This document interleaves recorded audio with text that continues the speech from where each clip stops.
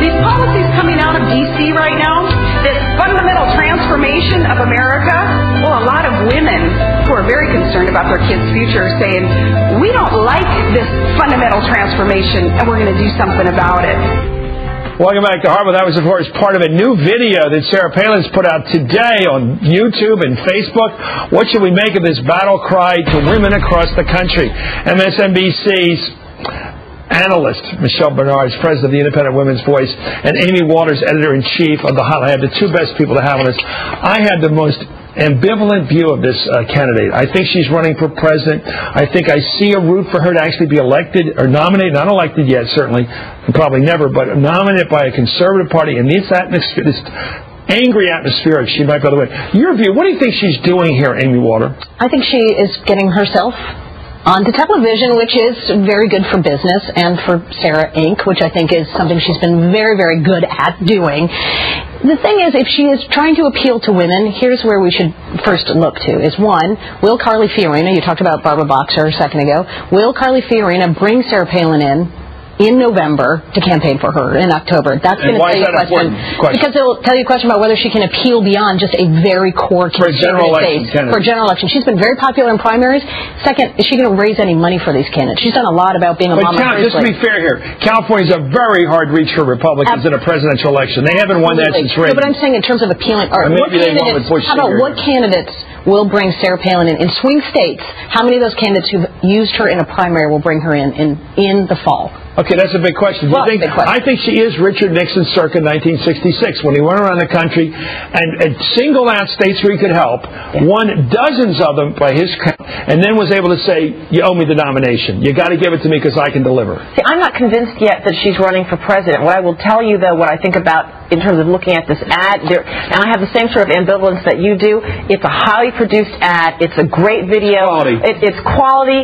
But here's where I think there could be a fundamental problem. The landscape for women has completely changed since 2008 when Hillary Clinton was running for president. It's completely different. If you look at the women who just won the most recent primaries, Nikki Haley, Carly Fiorina, Meg Whitman, none of them are running as Mama Grizzlies. None of them are self-identifying as women candidates.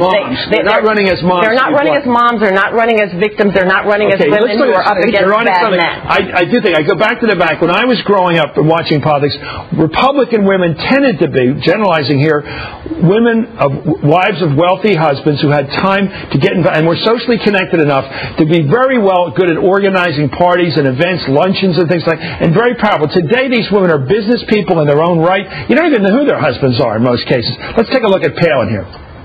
This is the video. It seems like it's kind of a mom awakening in the last year and a half, where women are rising up and saying, no, we've had enough already, because moms kind of just know when something's wrong. There in Alaska, I always think of the mama grizzly bears that rise up on their hind legs when somebody's coming to attack their cubs, to do something adverse toward their cubs. You thought pit bulls were tough. Well, you don't want to mess with the mama grizzlies.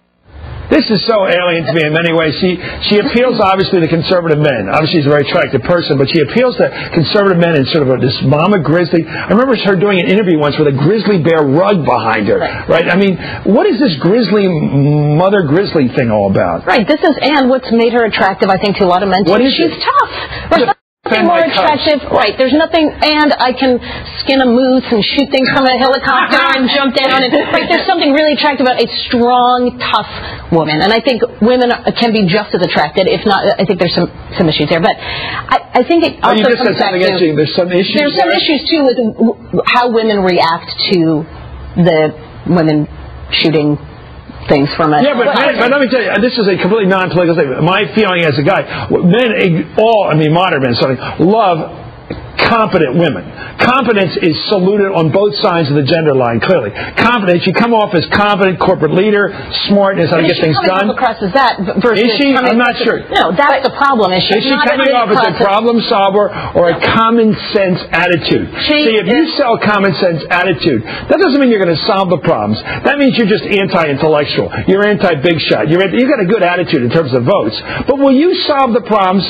of the country? Is she saying she can solve the problems, or she can complain about them? She is just complaining about them. She is, no, what I think she is doing, she is appealing. What we saw after the 2008 election of a party and you don't have the presidency, it's the only single national office holder that can actually go out there and speak for the party. Yeah, no. But remember when Howard Dean and Rahm Emanuel hated each other in 2006? Rahm said we're not going to win the House because of his stupid 50-state strategy. They still won the House in 2006. They still did well in 2008. They play a role in terms of the nuts and bolts. They should be like, I think of them like a college president. Your job is to get in there, raise money. Period. Thank you, Michelle Bernard. Thank you. More on Michael Steele. I'm sure we get back next time. Maybe you want to thank you for everything. Up next,